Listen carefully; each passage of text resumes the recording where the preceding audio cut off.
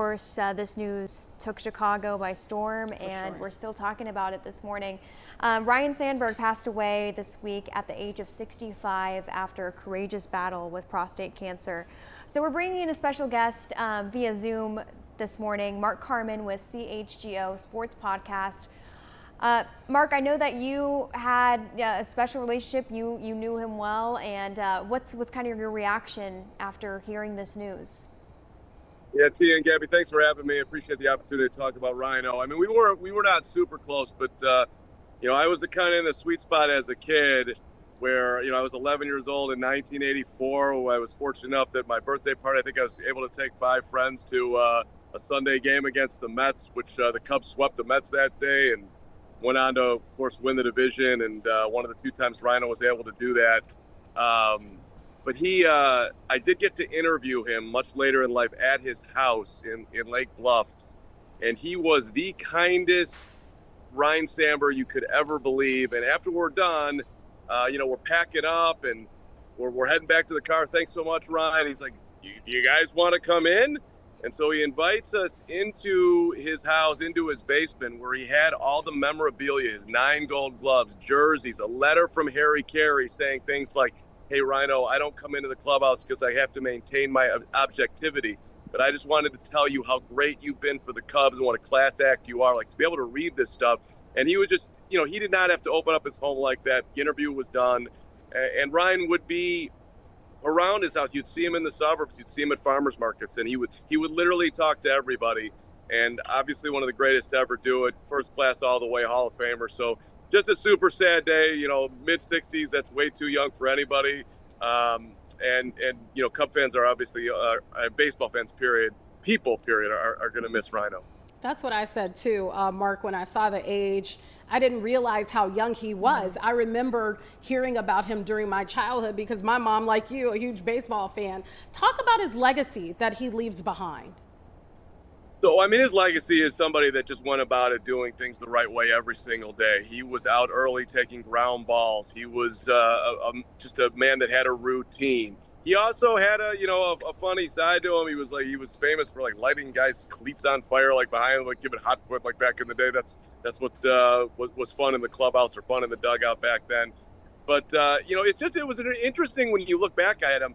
He was very quiet as a player. He wasn't, he was very focused on his craft. And then afterwards, he started to do more media. He wanted to become a manager. The Cubs put him into their farm system. He started as low as possible, worked his way up to AAA. They wouldn't give him the manager spot. He went back to where he was drafted. The Phillies finally let him be a manager for a couple of years.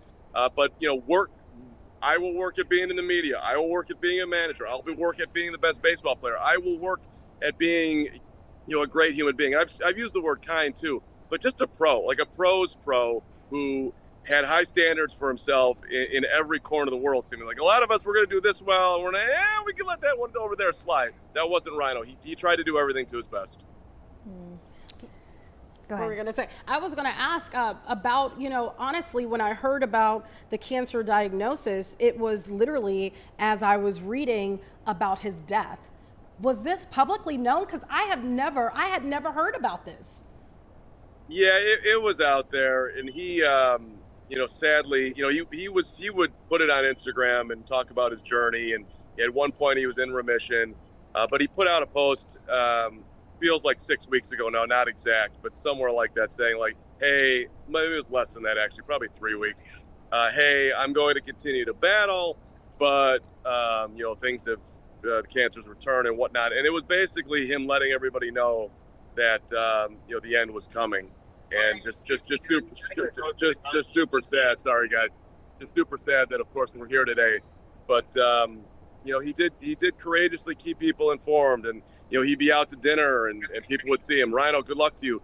So he's very public about it, and didn't hide either as long as he could. He wanted to be at Wrigley Field as long as possible. It's truly just a guy who loved being a Cub.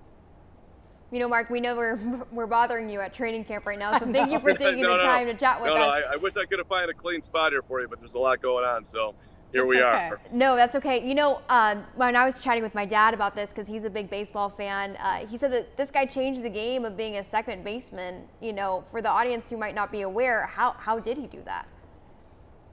Well, he was the first, second baseman to ever hit 40 homers in a season. So, he brought power to the position. So it wasn't just that he was winning, Gold Gloves. He was a batting champion in 1984. He had 314. He had 40 homers in 1990. He won the home run derby that year. That position was, a light hitting second baseman, good glove back in the day. And he turned it into, well, you can be a great defender and hit for power, hit in the middle of the order. Ryno loved to hit number 2, and that's where he's most comfortable. He'd fit great in today's game, but he wasn't, a guy that always tried to hit home runs. He was more, if you were going to try to imitate Ryne Sandberg, you were going to have a level swing, try to hit line drives, because he wasn't trying to take the ball out of the ballpark. He was just able to do it because he was so talented. I know you're at Bears training camp, but have you heard of how Ryno will be remembered for the days to come? I actually haven't, but the Cubs put up a statue of him last year, and they're going to have a patch. I know that for a fact. I don't exactly know how they're going to honor him on the next homestand. They're in Milwaukee right now, and I forget where they go from there. Maybe they're coming back home.